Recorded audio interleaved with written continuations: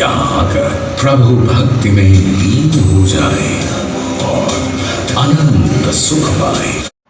कृष्ण की नगरी वृंदावन में अब जहां आपको अभी तक बांके बिहारी और उनकी लीलाओं के दर्शन हुआ करते थे, वहीं मां वैष्णो धाम के साथ अब यहां देश भर के आने वाले भक्तों को चार धाम के दर्शन होने वाले हैं, जिसमें भगवान भोलेनाथ, महादेव धाम, राधा कृष्ण धाम और शनिदेव धाम के दर्शन कर पाएंगे। जिसके लिए जेके ट्रस्ट ने अपने मैनेजिंग ट्रस्टी जेसी चौधरी की अध्यक्षता में आज वृंदावन में 7.5 एकड़ भूमि पर बनने वाले मंदिर चार धाम के डिजाइन का अनावरण किया, जहां पर ट्रस्टी ने आगामी भव्य मंदिर की जानकारी देते हुए बताया कि वृंदावन में मां वैष्णो धाम के साथ ही अब दुनिया भर से आने वाले भक्तों को अगले 2 सालों में चार धाम के दर्शन करने का लाभ मिलेगा, जिसमें मां वैष्णो देवी धाम के साथ साथ भगवान महादेव धाम, भगवान राधे कृष्ण धाम और शनिदेव धाम शामिल होंगे।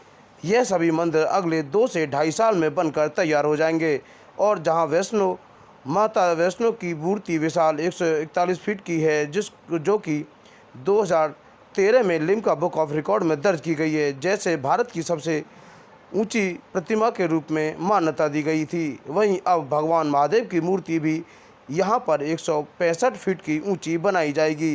इसके साथ ही यहां पर विशाल शनिदेव मंदिर भी बनाया जाएगा और जहां पर कल्प वृक्ष की मूर्तियों के साथ साथ मंदिर परिसर में एक विशाल भगवान सूर्य देव का रथ भी बनाया जाएगा। इसी के साथ इन मंदिरों को लगभग 90 से 100 करोड़ की लागत से बनाया जाएगा, जिससे यहां आने वाले भक्त कान्हा की नगरी में ही अब चारों धाम के दर्शन कर पाएंगे। ये चार धाम मंदिर 2 साल के अंदर कंप्लीट किया जाएगा। इसमें एक माँ वैष्णो देवी धाम है जो पहले ही बना हुआ है, और महादेव धाम बनाए जाएंगे, राधे कृष्ण धाम बनाया जाएगा और शनि धाम बनाया जाएगा। तो ये 2 सालों में उम्मीद है, और इसके प्रोजेक्ट की जो कॉस्ट है वो अप्रॉक्सीमेटली 90 to 100 करोड़ के आसपास होगी। ये सब ईश्वर अपने आप ही मन में डालते हैं, वो ही करते हैं। तो मैं तो समझता हूँ मेरे लिए भी एक नई चीज़ है, जैसे आपके लिए है। कैसे हो रहा है, कि क्यों हो रहा है, ये वही जाने, वही प्रेरणा देता है। मैं तो सिर्फ एक एक्शन लेने में लगा हूँ, जो ऊपर से आदेश आते हैं इम्प्लीमेंट करने में लगा हूँ। जैसे जैसे करवाते हैं करते जा रहा हूँ, क्योंकि डेस्टिनी सब चीज़ों की फिक्स्ड है। आदमी की प्लानिंग से होता कुछ नहीं है। आपने भी 4 दिन पहले नहीं सोचा होगा कि यहाँ पर ये फंक्शन होगा, हो ही गया। तो सारी चीज़ें अनसर्टन हैं, सर्टन सिर्फ वही है जो सामने दिखाई देता है।